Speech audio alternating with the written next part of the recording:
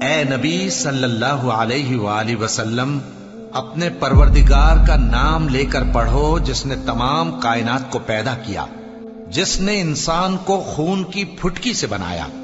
پڑھو، اور تمہارا پروردگار بڑا کریم ہے، جس نے قلم کے ذریعے سے علم سکھایا اور انسان کو وہ باتیں سکھائیں جن کا اس کو علم نہ تھا، مگر انسان سرکش ہو جاتا ہے اس بنا پر کہ وہ اپنے آپ کو بے نیاز سمجھتا ہے۔ کچھ شک نہیں کہ سب کو تمہارے پروردگار ہی کی طرف لوٹ کر جانا ہے۔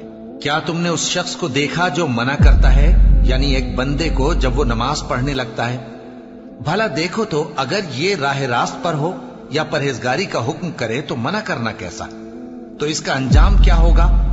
ذرا دیکھو تو اگر اس نے دین حق کو جھٹلایا اور اس سے منہ موڑا، کیا اس کو معلوم نہیں کہ اللہ دیکھ رہا ہے؟ دیکھو، اگر وہ باز نہ آئے گا